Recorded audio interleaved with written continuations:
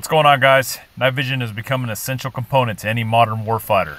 With the given night lasting approximately 12 hours in duration, half of the day consists of periods of low light. Not having any night vision equipment leaves an individual at a severe handicap in the modern era, where night vision and thermal devices have become more widely available and in common use. If you haven't already, I suggest you watch my Infantryman's Guide video covering night operations. In this video, we'll be taking a quick look at two different options for night vision devices that I have been testing out over the last several months that are made by AGM Global Vision.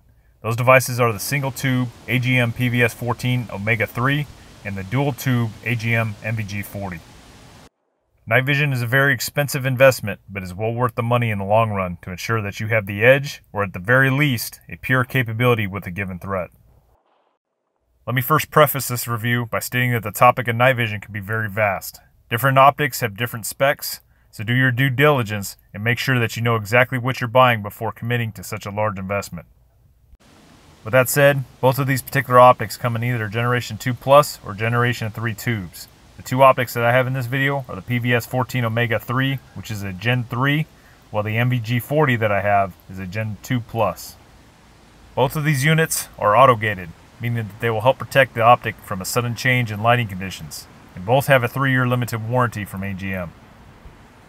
The Pvs-14 Omega-3 and the Mbg-40 come in the option of being either the standard legacy green palette or the newer white phosphor style that tends to be more preferred by many nowadays. Prices on these types of optics typically vary between generations, specs, and color palettes. So find the optic that best meets your needs at the price point that is doable for you. Let's start with the Pvs-14 Omega-3. Now clearly this optic should look very familiar to most of you. It is very similar to the standard issue AN Pvs-14 used by the US military. However, this optic does have a few differences that I'll point out here in a minute. The optic itself weighs approximately 240 grams, which is lighter than most standard Pvs-14s.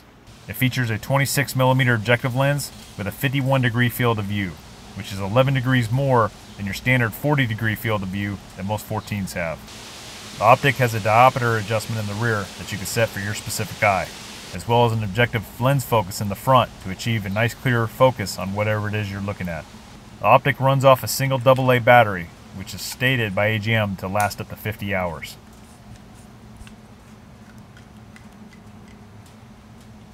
Battery cap, as well as the rubber objective lens cover in the front of the optic, has a strong wire cable to ensure retention when taking them off and on. Now here's one of the biggest key differences between the current issue USGI Pvs-14 and the Omega-3. This optic operates off of these 4 digital control buttons. The first button is the power button, which powers the unit on and off.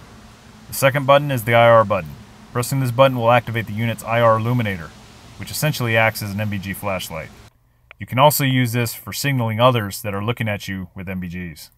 One cool feature with this button, vice having the old knob style on a standard issue 14, is that a single quick press of this button will only activate the IR light for a second, which is perfect for signaling. Lastly, the plus and minus buttons will raise and lower the system gain to your specific needs. Pressing the plus button obviously will increase the image brightness, and the minus button will decrease it. This is different than the typical AN Pvs-14, which has a gain adjustment knob located on the front of the optic. The particular optic that I have here is the Omega-3 AL1, which comes with several different accessories, which consist of a lens cloth, an instruction manual, a fully adjustable helmet mount, and the classic old skull crusher, which isn't the greatest thing to be wearing on your head, but it does get the job done.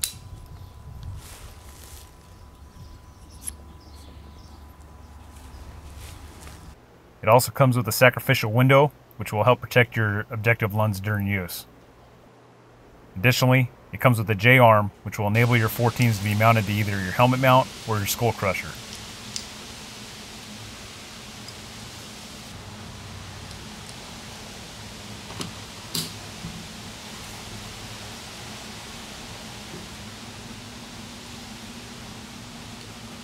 The J-arm will also enable you to switch from one eye to the other, depending on which side you want to wear your optic on.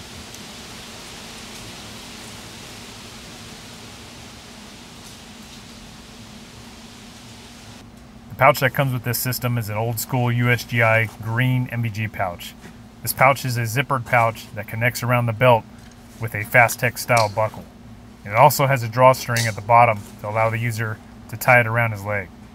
And although this pouch isn't sexy, it definitely works. It's big enough to contain the optic with all its accessories, as well as the skull crusher.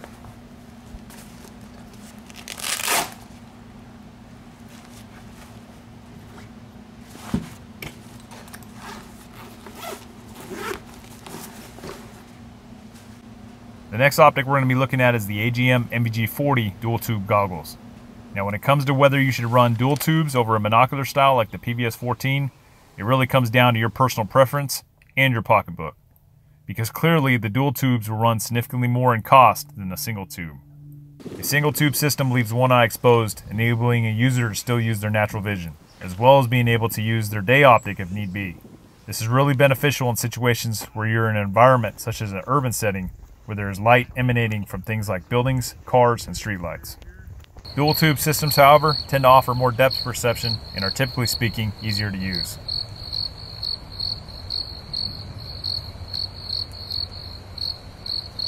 The AGM Mbg-40 is powered by a single CR123 battery, or you can remove the battery adapter inside the cap to enable the optic to run off a single AA battery.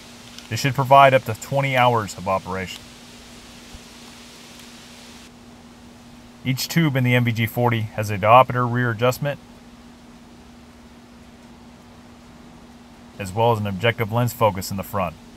Each individual tube offers 40 degrees field of view, which is the standard size for most PVS-14s on the market. Another key thing about the Mbg-40 is it has the ability to articulate up and out of the way without having to flip the whole goggle system up. This will also be beneficial in the event that you need to use your day optic. The system is powered on and off with a knob that's located in the front of the optic near the battery housing. Simply rotate the knob to the on or off position. The same knob is also used to switch on the built-in IR illuminator. Just like many PVS-14s, in order to prevent accidental activation of the IR, you must first lift up and rotate the knob in order to activate the IR illuminator. The gain control knob is located right next to the power switch.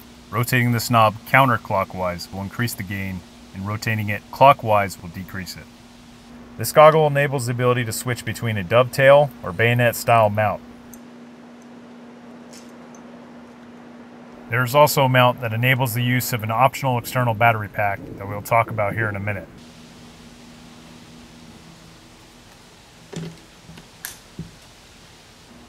Some other accessories that this particular Mbg-40 AO1 includes is a lens cloth, an instruction manual contained on a thumb drive, 2 sacrificial windows, a tube data sheet, and finally a black Molly style zippered case for carrying the optic when not in use.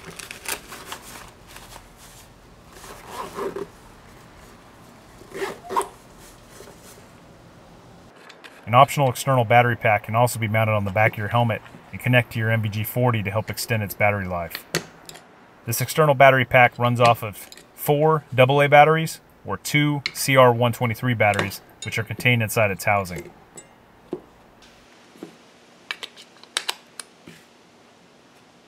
To activate this, you simply plug it into your Mbg-40 and then you turn it on.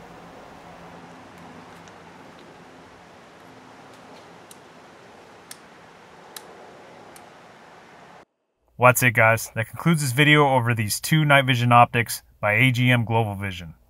Like I said in the beginning of the video, night vision capability in the modern armed conflict is essentially a must. Sometimes it takes getting your ass kicked in a force-on-force training event to realize just how much of a disadvantage it is without it. So if you don't already have the funds, save up. It's definitely worth it in the long run. Hope you enjoyed the video, guys. Don't forget to check out my Infantryman's Guide over night operations. Thanks for watching, and don't forget to leave a comment.